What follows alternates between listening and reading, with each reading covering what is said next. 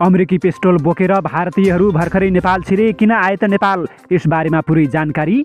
नेपालको गरिबी घटाउन चीनले गर्यो यति ठुलो रकम खर्च, थप सहयोग गर्न प्रतिबद्ध रहेको चीनको घोषणा।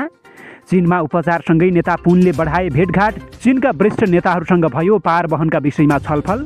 भर्खरै बाइडेनलाई पुटिनको डरलाग्दो चेतावनी, रसियामाथि प्रतिबन्ध लगाए अमेरिकासँग सम्बन्ध तोड्ने टेलिफोनमै धम्की। खराब मौसमले आधा दर्जन जहाज आकाशमै फनफनी घुम्दै आकाशमै इन्धन सकिन लागेपछि 3 विमान ढाका र 1 विमान कलकत्ता डाइभर्ट गरियो। युक्रेनमाथि आक्रमण गर्न पुटिन सामु 3 विकल्प खुल्ला, रुसका 1 लाख सेनाले घेरा हाले युक्रेनको भूमि। र चीनले ताइवानको हवाई क्षेत्रमा गर्यो 950 पटक आक्रमण, 2022 भित्रै ताइवान चीनमा मिलाउने चीनको गम्भीर घोषणा। नमस्कार, ग्रेटर नेपाल टिभीले तयार पारेको न्युज अपडेटबाट विवश बुढाथोकीको यहाँलाई हार्दिक स्वागत छ। अब सुन्नुहोस् पूरा समाचार। चीनले पछिल्लो 6 वर्षमा नेपालको गरिबी घटाउने उद्देश्यले वार्षिक औसत पाउने करोड रुपैयाँ खर्च गरेको छ। चाइना फाउन्डेसन फर पोभर्टी एभिएसनले सन् 2015 देखि हालसम्म नेपालमा 6 लाख अमेरिकी डलर खर्च गरेको जानकारी दिएको छ। यो रकम नेपालीमा झन्डै 7 करोड रुपैयाँ बराबरको हो। 2072 को विनाशकारी भूकम्पपछि नेपालका विभिन्न परियोजनामा उक्त रकम खर्च गरेको उक्त संस्थाले जनाएको छ। सीएफपीएले नेपालमा विशेषतः आपतकालीन उद्धार र सङ्क्रमणकालीन पुनर्वास, विपदपछिको व्यवस्थापन, सामुदायिक विकास र कोभिड-19 महामारीको रोकथामका क्षेत्रमा केन्द्रित गर्दै आएको बताइन्छ, जसबाट 8,80,000 नागरिक प्रत्यक्ष रूपमा लाभान्वित भएको दाबी गरिएको छ। सीएफपीए नेपालको 6औं वार्षिक उत्सवको अवसरमा काठमाडौँमा आयोजित कार्यक्रममा महिला बालबालिका तथा ज्येष्ठ नागरिक मन्त्री उमा रेग्मी र चीनका लागि पूर्व नेपाली राजदूत लीलामणि पौडेलको उपस्थितिमा उक्त जानकारी दिएको हो। कार्यक्रममा सम्बोधन गर्दै पूर्व राजदूत पौडेलले चीनको गरिबी उन्मूलनको अनुभवले नेपाललाई गतिलो पाठ सिकाउन सक्ने बताउनु भएको थियो। हिजो साँझ बारासँग सिमाना जोडिएको नहर चोकबाट नेपालतर्फ आउँदै गरेका 2 जना भारतीय अमेरिकी स्वचालित पिस्तौल सहित पक्राउ परेका छन्। सिमरौनगढ नगरपालिका 8 को पातलो बाटो नहर चोकमा भारतीय मोटरसाइकल BR 505 AJ 4420 चढेर आउँदै गरेका उनीहरूलाई सशस्त्र प्रहरी बलको टोलीले नियन्त्रणमा लिएको हो।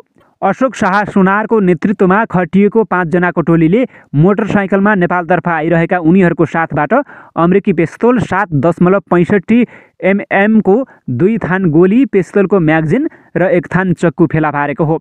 भारतको मोतिहारी घर भएका 21 वर्षीय चन्दन राम र 20 वर्षका अभिषेक कुमारको साथबाट 200 ग्राम गाँजा समेत फेला परेको बताइएको छ। हिजो साँझ नियन्त्रणमा लिएका उनीहरूलाई नेपाल प्रहरीको इलाका कार्यालय सिमरौनगढमा बुझाइएको छ।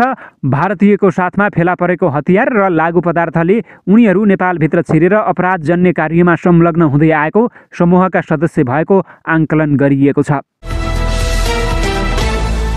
चीनको जनमुक्ति सेनाको हवाई फौजले यो वर्ष ताइवानको हवाई क्षेत्रमा 950 पटकसम्म आक्रमण गरेको ताइवानले जनाएको छ।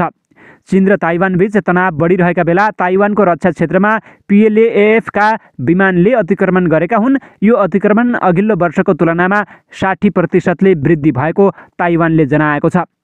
मुख्य राजनीतिक विषयहरूमा 2 देशबीच तनाव बढिरहेका बेला आगामी वर्ष अझै धेरै उडान वृद्धि हुन सक्ने प्राप्त विवरणहरूमा जनाइएको छ।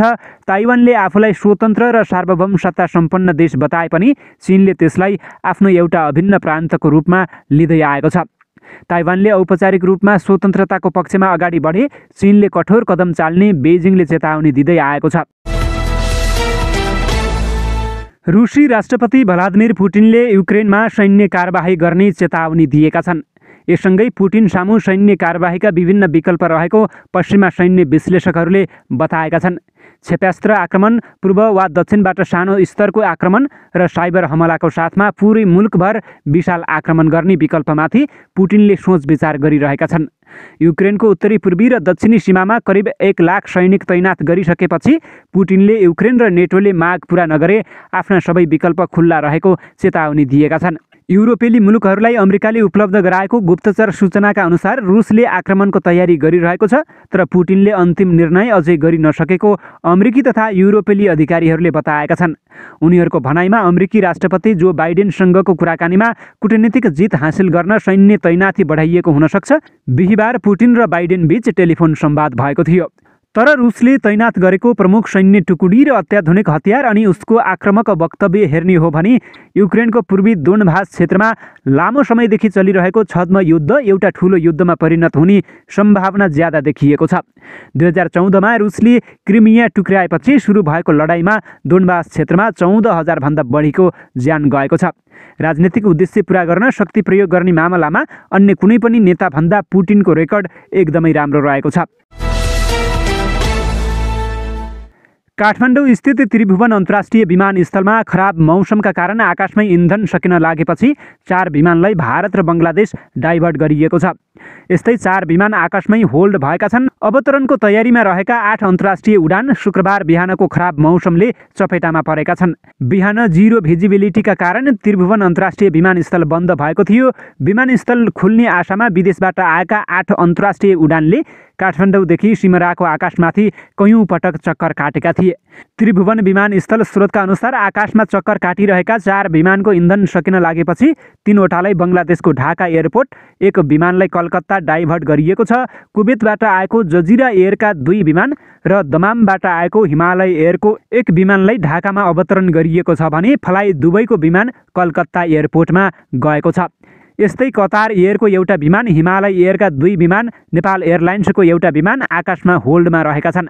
यी विमानले काठमाडौँ र सिमराको आकाशमा चक्कर काटिरहेका छन्। विमानस्थल स्रोतका अनुसार यी विमानहरू दुबई र दोहाबाट काठमाडौँ आएका हुन्। नेकपा माओवादी केन्द्रका नेता पूर्व मन्त्री वर्षमान पुन स्वास्थ्यमा सुधार आएसँगै भेटघाटमा व्यस्त भएका छन्।